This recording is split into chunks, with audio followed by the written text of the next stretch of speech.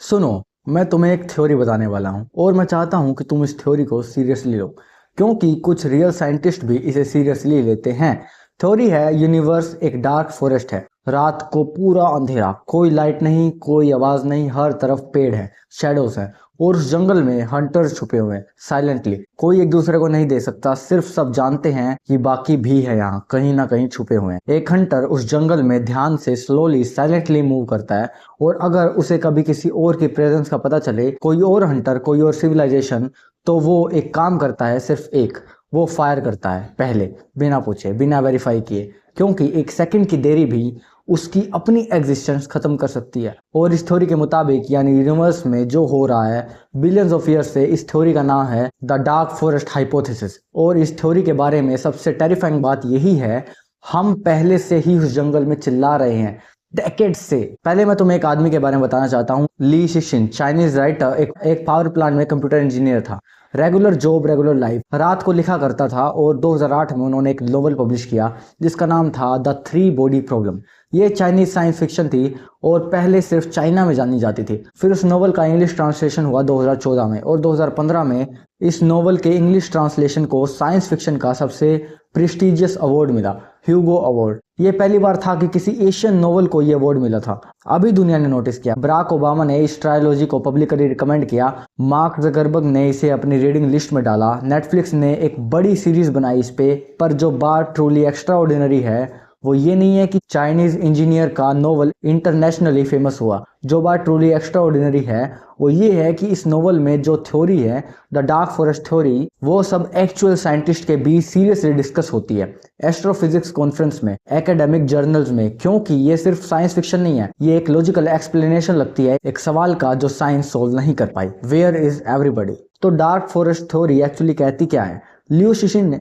ली सिशिन ने अपने नोवेल में दो बेसिक एजम्पशंस रखे, वो इन्हें एक्सियम्स कहते थे, यानी वो बेसिक ट्रूथ्स जो थ्योरी की नींव है। पहला एजम्पशन ये है कि हर सिविलाइजेशन की प्राइमरी नीड सर्वाइवल है, जीना चाहते हैं वो, ये यूनिवर्सल है, कोई भी सिविलाइजेशन खुद को खत्म नहीं करना चाहती।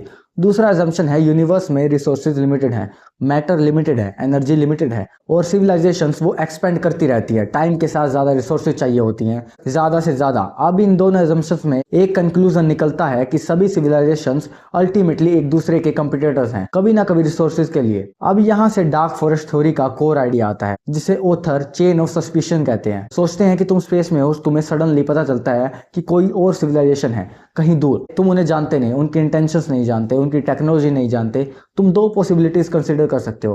पहली पॉसिबिलिटी कि वो पीसफुल है, सेफ है, कोई थ्रेट नहीं है। दूसरी पॉसिबिलिटी वो हॉस्टाइल है, या हॉस्टाइल नहीं भी है लेकिन हो सकते हैं फ्यूचर में, क्योंकि टेक्नोलॉजी चेंज होती है, इंटेंशंस चेंज होते हैं, सिविलाइजेशन इवॉल्व करती हैं। अब तुम डिसाइड करो कॉन्टैक्ट करें या ना करें। अगर तुम कॉन्टैक्ट करते हो और वो पीसफुल हैं, ग्रेट, कोई प्रॉब्लम नहीं है। अगर तुम कॉन्टैक्ट करते हो और वो पीसफुल नहीं है, तो तुम्हारी लग चुकी है, तुम्हारी सिविलाइजेशन खत्म। अगर तुम कॉन्टैक्ट नहीं करते और वो पीसफुल हैं, तो तुमने एक अपॉर्चुनिटी मिस की है, कोई बड़ी डील नहीं है। अगर तुम कॉन्टैक्ट नहीं करते और वो हॉस्टाइल हैं, तुम सरवाइव करते हो। प्योर लॉजिक की बात करो तो कॉन्टैक्ट ना करना हमेशा सेफर ऑप्शन है, ऑलवेज, एवरी टाइम। और इस लॉजिक का एक्सटेंशन ये है, अगर तुम्हें पता चले कि कोई और सिविलाइजेशन एग्जिस्ट करती है और तुम क्लियरली उनसे ज्यादा पावरफुल हो, तो सेफेस्ट मूव ये है कि उन्हें एग्जिस्ट करना ही बंद करो, पहले, बिना उनका साइड सुने। क्योंकि अगर तुम वेट करो और वो डेवलप हो जाएं और वो हॉस्टाइल निकल जाएं, तब बहुत देर हो चुकी होगी। इसलिए यूनिवर्स में जो सिविलाइजेशंस सरवाइव करती हैं वो छुप जाती हैं या डिस्ट्रॉय कर देती हैं जो भी अनाउंस करता है कि वो एग्जिस्ट करती हैं। यही है डार्क फॉरेस्ट, एक ऐसा यूनिवर्स जहां सबसे डेंजरस काम ये है कि तुम अपने एग्जिस्टेंस दुनिया को बताओ। और यहाँ वो पार्ट आता है जो जनरली अनकंफर्टेबल कर देता है। अगर डार्क फॉरेस्ट थ्योरी सच है तो हम पहले से ही उस जंगल में चिल्ला चुके हैं, कई बार, कई डेकेड से। 1974 फेमस एस्ट्रोनॉमर फ्रैंक ड्रेक ने प्योर्टो रिको में एक मैसिव रेडियो टेलीस्कोप था, एरेसिबो ऑब्जर्वेटरी, उससे एक स्पेसिफिक मैसेज ब्रॉडकास्ट किया, एक कोड बाइनरी मैसेज, यानी जीरोज और वंस की लैंग्वेज में, जो स्टार्स के एक डेंस क्लस्टर की तरफ भेजा गया, मिल्की वे गैलेक्सीज के अंदर, हजारों लाइट ईयर्स दूर। उस मैसेज में क्या था? हमारा सोलर सिस्टम के बारे में इंफॉर्मेशन, डीएनए के स्ट्रक्चर के बारे में जानकारी, ह्यूमन बॉडी के बारे में, बेसिकली हम यहाँ हैं, ये हैं हम क्या हैं। 1977 में नासा ने दो स्पेसक्राफ्ट लॉन्च किए, वॉयेजर 1 और वॉयेजर 2, दोनों पे एक गोल्डन रिकॉर्ड था, यानी एक गोल्ड प्लेटेड डिस्क जिसमें अर्थ की साउंड्स थी, म्यूजिक थी, डिफरेंट लैंग्वेजेस में ग्रीटिंग्स थी और ह्यूमैनिटी की इमेजेस थी। एक cosmic time capsule physical universe में भेज दी गई थी। उस रिकॉर्ड पे लिखा गया था, नासा के एड्रेस के साथ ये भी कहा गया था कि हम कहाँ हैं, हमारा सोलर सिस्टम कहाँ एग्जिस्ट करता है, हमारी लोकेशन क्या है। अभी इस मूवमेंट में आई लव लूसी के 1950s के अमेरिकन टीवी एपिसोड स्पेस में ट्रैवल कर रहे हैं। 70 लाइट ईयर्स तक हमारे सिग्नल्स ऑलरेडी पहुंच चुके हैं। डार्क फॉरेस्ट थ्योरी के पर्सपेक्टिव से देखो, हम वो हंटर हैं जो उस जंगल में चिल्लाते हुए वॉक कर रहे हैं। 2010 में फिजिसिस्ट स्टीफन हॉकिंग ने पब्लिकली कहा कि एक्टिव एलियंस को मैसेज करना डेंजरस हो सकता है। उन्होंने एक एनालॉजी दी जो बहुत इंपैक्टफुल थी। उन्होंने कहा, अगर एलियंस एक्चुअली आते हैं तो थिंक अबाउट क्रिस्टोफर कोलंबस और नेटिव अमेरिकन। जब कोलंबस 1492 में अमेरिका पहुंचा था, तो जो एडवांस्ड सिविलाइजेशन कम एडवांस्ड सिविलाइजेशन से मिली, वो एनकाउंटर नेटिव अमेरिकन के लिए कैटास्ट्रोफिक था। उन्होंने कहा, एडवांस्ड एलियंस का हमारे साथ मिलना पॉसिबली ऐसा ही हो सकता है। और ये सिर्फ हॉकिंग्स नहीं, 2015 में बार्कले यूनिवर्सिटी से एक ओपन लेटर पब्लिश हुआ। उसमें साइंटिस्ट और टेक्नोलॉजिस्ट का एक ग्रुप था जिन्होंने कहा कि METI यानी messaging to extra terrestrial intelligence, मतलब एलियंस को इंटेंशनली मैसेज भेजने का जो प्रैक्टिस है, ये ग्लोबली डिस्कस होना चाहिए, डिसाइड होना चाहिए। सिर्फ कुछ लोग इसका डिसीजन नहीं ले सकते क्योंकि कॉन्सिक्वेंसेस पूरी स्पीशीज को झेलने पड़ेंगे। लेकिन यहाँ एक इंपॉर्टेंट काउंटर आर्ग्यूमेंट भी है और ये भी जेन्युइनली वैलिड है। कुछ साइंटिस्ट कहते हैं हाइडिंग पॉइंटलेस है क्योंकि अर्थ ऑलरेडी 100 साल से सिग्नल लीक कर रही है। कोई भी एडवांस सिविलाइजेशन जो इंटरस्टेलर ट्रैवल कैपेबल है, उनकी टेक्नोलॉजी इतनी एडवांस्ड होगी कि वो हमारे एक्सीडेंटल ब्रॉडकास्ट भी डिटेक्ट कर सकते हैं। हमारा डेलिबरेटली मैसेज भेजना या ना भेजने से कोई प्रैक्टिकल डिफरेंस नहीं होता, वो ऑलरेडी जानते हैं। और एक और counter argument, dark forest theory एक यूनिफॉर्म बिहेवियर अज्यूम करती है, यानी ये मान लेती है कि यूनिवर्स की हर civilisation same paranoid logic follow करती है।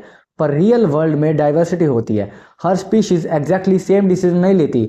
हर यूनिवर्स में बिलियंस ऑफ सिविलाइजेशंस हैं, तो कुछ तो कोऑपरेटिव भी होंगे, क्यूरियस भी होंगे, बेनिगन भी होंगे। तो डार्क फॉरेस्ट थ्योरी ब्रिलियंट है पर कंप्लीट आंसर शायद नहीं है। पर मैं तुम्हें ऑनेस्टली एक चीज बताना चाहता हूँ, मुझे पर्सनली डार्क फॉरेस्ट थ्योरी इसलिए फैसिनेटिंग लगती है, सिर्फ एलियंस के बारे में नहीं बल्कि ह्यूमंस के बारे में भी। इस थ्योरी का कोर लॉजिक यही है कि तुम किसी अननोन को ट्रस्ट नहीं कर सकते, कि सर्वाइवल पैरानिया लीड करता है एग्रेशन की तरफ, कि दूसरे की एग्जिस्टेंस थ्रेट लगती है। ये कॉस्मिक स्केल पे नहीं, हमारे डेली लाइफ में भी होती है।